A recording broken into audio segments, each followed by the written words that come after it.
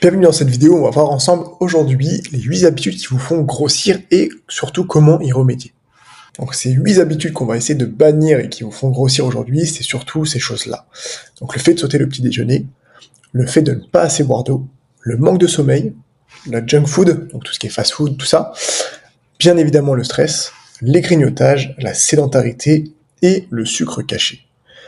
Bon, il y a plein de choses, je pense, que vous posez certaines questions et c'est pour ça qu'on va une par une, les revoir et voir surtout en quoi elles vont agir de façon négative sur votre corps et surtout comment remédier à cela, parce que c'est bien beau de savoir quel est le problème, mais si on n'a pas la solution en face, ça va être un petit peu compliqué. Donc au niveau du petit déjeuner, vous allez me dire, ouais, mais pourquoi c'est important d'en prendre un? Tout simplement parce que pas d'aliments égale batterie à plat. C'est comme votre voiture, essayer de partir le matin sans mettre de l'essence, vous allez voir que c'est un peu difficile d'avancer. On va avoir une augmentation du stockage des graisses. Pourquoi? Parce que tout simplement, vous allez laisser une plus grosse fenêtre entre le repas du soir, par exemple, qui va se terminer vers 21h, et le moment où vous allez remanger vers midi. Ce qui fait que votre corps n'est pas alimenté, et donc il risque de faire ses petites réserves de stockage pour vous maintenir en bonne énergie. Il va également y avoir un impact sur la glycémie, une réduction du métabolisme basal, donc un métabolisme qui tourne au ralenti, qui est plus fatigué, et un effet rebond sur les repas suivants. L'effet rebond, en fait, c'est quoi? C'est que si vous mangez pas le matin, vous augmentez vos chances d'arriver sur le repas du midi en ayant très faim, donc des fringales, et du coup, vous allez avoir généralement des repas qui sont déséquilibrés. Cependant, pour certaines personnes, c'est possible de ne pas déjeuner. Typiquement, les personnes qui font de la résistance à l'insuline, qui ont des problèmes comme des lipodèmes ou quoi que ce soit, à ce moment-là, c'est encore différent. Et on peut ne pas déjeuner le matin, ça revient tout simplement à faire à peu près un jeûne intermittent. Au niveau de l'eau, ça aura des conséquences sur le fait que ça va ralentir votre métabolisme, sur le fait que ça va aussi avoir des problématiques sur la rétention d'eau, parce que oui, votre corps est constitué à 70% d'eau, donc si vous lui en donnez pas assez, forcément, la rétention d'eau se met en place, vous commencez à gonfler, et c'est un petit peu chiant. Donc là-dessus, on peut éviter ça. On va le voir justement à la fin. Ça va également avoir de l'impact sur l'élimination de vos toxines, et ça peut également vous mener à de la fatigue, énormément de fatigue, et du coup, c'est pour ça que quelquefois, j'ai des clients qui me disent « mais je dors super bien, mais par contre, je me sens hyper fatigué ». Et justement, l'eau est un paramètre super important à prendre en compte.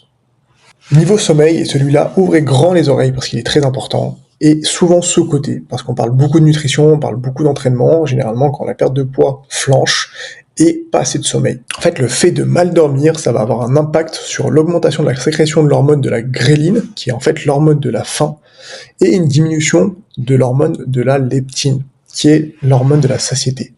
Ce qui veut dire que moins vous dormez, plus vous allez augmenter votre faim, et réduire votre satiété. Donc vous aurez compris, si on fait l'inverse, forcément on va augmenter la leptine, donc on aura moins faim. Également, l'hormone de la gréline peut vous donner des envies de sucre sur la journée. Et sur le fait que vous ne vous reposez pas assez, il peut y avoir une prise de poids avérée par la suite. Sur la junk food, donc tout ce qui est fast food, ça va avoir des conséquences sur l'excès de sucre et de graisse saturée.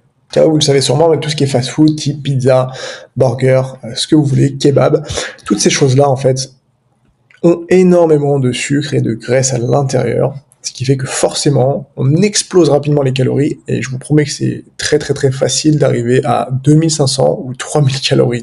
Vraiment, quand on sait déjà que dans une pizza à peu près classique, donc jambon fromage, en moyenne, on jongle entre 1900 et 2300 calories pour la pizza. Je vous laisse imaginer que c'est très facile de dépasser son quota calorique journalier. On va aussi avoir un risque inflammatoire élevé. On va avoir une absence de micronutriments, donc forcément une absence de fibres, de protéines. On a en fait beaucoup de sucre et de graisse, c'est tout. Dans la plupart des fast-foods, vous aurez surtout ça. Et donc, pour le développement de vos muscles, pour la perte de poids, pour tout ça, comme vous l'aurez compris, c'est vraiment pas top. Donc c'est pour cela que c'est bon d'en consommer, mais à petite dose. Et comme j'ai tendance à le répéter, tout est bon à petite dose. Et si vous commencez à vous laisser entraîner dans des journées où vous explosez votre quota calorique tout le temps, vous mangez tout le temps des fast-foods, il y a un moment donné, c'est normal que ça bouge pas. Vous allez également avoir une dépendance alimentaire. Pourquoi? Parce que dans la plupart des fast-foods, en fait, on a des produits qui sont ultra transformés et qui sont faits pour vous faire sécréter un maximum de dopamine, qui est l'hormone du plaisir. Et donc, quand vous mangez ça, vous vous sentez bien, apaisé. Et qu'est-ce qui se passe? Tout simplement, votre cerveau en redemande à chaque fois. Bon, la cinquième habitude à éviter, ça va être le stress. Et oui, forcément, le stress a beaucoup d'impact négatifs sur votre corps. Mais vous me direz, Quentin, c'est plus facile à dire qu'à faire, mais attendez, restez jusqu'à la fin, justement, on va en parler. Donc le stress, en fait, tout simplement, ce qui va se passer, c'est qu'on va avoir une augmentation de l'hormone du cortisol, qui est en fait l'hormone du stress et qui va impacter vos muscles et votre métabolisme. On sait que naturellement, plus on va sécréter du cortisol, plus ça va avoir tendance à cataboliser vos muscles au lieu de l'anaboliser. Ce qui veut dire qu'en gros, ça le détruit au lieu de le construire. Il va avoir aussi un lien avec les compulsions alimentaires, un blocage de la perte de poids et également une fatigue mentale qui va se développer de plus en plus et on finit par à la fin craquer sur toutes les petites actions qu'on a mis en place à cause de ça. Question de grignotage, on va avoir un pic d'insuline répété, donc surtout si vous consommez des choses sucrées, on va avoir un pic d'énergie qui va se faire très rapidement mais qui va aussi redescendre très rapidement derrière. Une surcharge aussi digestive pour votre corps, une augmentation des apports caloriques, forcément on le sait, surtout sur les petites choses comme ça, on apporte énormément de calories, sur les cookies, sur des chips ou des choses comme ça vient complètement bousiller vraiment tout votre équilibre alimentaire. Et une dépendance comportementale, forcément vous informez votre cerveau et du moins vous l'habituez à tout le temps entretenir une petite habitude qui est de grignoter avant les repas ou à des heures fixes, par exemple en rentrant du boulot le soir, avant de manger ou quoi que ce soit, ou même en préparant le repas. Lui s'habitue et il risque tout le temps de vous redemander la même chose à la même heure sur les mêmes journées. Sur le manque d'activité, du moins sur la sédentarité, en fait l'impact négatif que ça va avoir surtout sur vous, ça va être de réduire votre métabolisme basal. Donc c'est le métabolisme de base et on sait qu'un métabolisme basal qui tourne au ralenti, c'est un métabolisme et un organisme qui ne brûle pas beaucoup de calories. Donc pour la perte de poids, ça va être très problématique également. On va avoir une atrophie musculaire parce que oui, sans activité, vos muscles en fait ne bougent pas, donc ils se développent pas, ils se construisent pas, ils ne brûlent pas non plus de calories. Et on peut aussi avoir des muscles qui ne fonctionnent plus du tout, menant à des mal de dos ou des choses comme ça. Il va aussi avoir un risque pour votre santé. Comme vous le savez, le sport va avoir tendance à réduire les risques cardiovasculaires, mais à contrario, si on n'en fait pas, forcément, on risque de les augmenter. On termine avec la 8e habitude qui sont les sucres cachés. En fait, c'est quoi? C'est tous les sucres qui sont cachés dans les produits ultra transformés, voire même transformés tout court. Ce qui va mener à un déséquilibre glycémique, une addiction et une dépendance, une augmentation du diabète de type 2, et on aura également un effet calories vides, qui sont en fait tout simplement des calories un peu mortes, où il n'y a pas forcément de fibres dedans, de protéines ou quoi que ce soit. Il y a beaucoup en fait de gras, il y a beaucoup de sucre, chose qui n'est pas forcément bon quand on veut perdre du poids. Et ce 8e point-là, je vous invite vraiment à faire attention, car les effets calories vides ou les sucres cachés sont souvent dans les repas, qui peuvent aussi être relativement sains au premier abord, mais je vous invite vraiment à lire derrière tout ce qu'il y a et tout ce qui est constitué en fait le plat, et vous verrez que des fois on a des belles surprises, donc faites attention à ça. Je vous avais dit qu'on allait voir comment remédier à tout ça, donc c'est parti, on y va. En fait, pour le petit déjeuner, ce qui va être le plus simple à faire dans un premier temps, ça va être de mettre un rappel sur ton téléphone pour tout simplement ne pas oublier de faire penser à déjeuner le matin, et surtout je t'invite à manger quelque chose que tu aimes et qui te fait envie dans un premier temps. Surtout pour te lancer, c'est encore plus important. Maintenant, je ne dis pas qu'il faut que tu manges des croissants avec du Nutella tout le temps, mais il y a des possibilités de manger des choses saines, et si jamais tu veux avoir plus de renseignements là-dessus, n'hésite pas non plus à me contacter sur Insta, et puis on en parlera, je te donnerai des petits conseils. Au niveau de l'eau, le mieux c'est de prendre aussi l'habitude de prendre un verre d'eau avant chaque repas. Et ça c'est super important et ça va aussi avoir tendance à réduire en fait les quantités que tu vas consommer derrière. Forcément, ça remplit un peu plus l'estomac. Tu peux ajouter également, si vraiment t'aimes pas trop le goût de l'eau ou quoi que ce soit, tu peux ajouter aussi du citron, du concombre, de la menthe. Ça va donner un petit goût en fait et puis ça peut te permettre de pas te dégoûter de l'eau et de pouvoir en consommer davantage. Pareil que le petit déjeuner, je t'invite également à mettre des rappels sur ton téléphone à des heures fixes à chaque fois pour te faire penser à boire. C'est un peu chiant au départ, c'est un peu kitsch au départ, mais je te promets que ça marche du tonnerre. Et tu verras que dans 10, 15, 20 jours, tu n'auras plus besoin de mettre ces rappels-là parce que ton corps va s'en rappeler, ton cerveau va s'en rappeler et ça va devenir une habitude pour toi. Pour le sommeil, je t'invite vraiment à utiliser une application type Calm ou Petit Bambou pour des sessions de relaxation avant d'aller te coucher. Typiquement, évite vraiment tout ce qui est écran, téléphone, 60 minutes avant d'aller te coucher. Question fast-food, tu peux télécharger l'appli de recettes rapides et saines comme Yumly ou Fit-Man-Cook. En fait, ça va te donner plusieurs recettes tout simplement que tu peux reprendre si le problème c'est le fait que tu n'as pas assez d'idées pour préparer des choses, tu peux t'en servir. Également, quand tu vas faire les courses, essaye de mettre à chaque fois des produits bruts dans ton panier. le moins transformé possible en gros. Tout ce qui va être légumes, frais, surgelés, les viandes, des légumineuses, quoi que ce soit, même des féculents, mais évite vraiment les produits le plus transformés possible, type les plats tout prêts ou quoi que ce soit. Essaye plutôt de, toi, te faire à manger. Je sais que ça prend un petit peu de temps, mais tu verras que ça prend pas si longtemps que ça. Et par contre, les résultats derrière se verront et ça fait vraiment la différence. Tu peux également préparer en fait tes repas à l'avance, faire en fait du batch cooking tout simplement.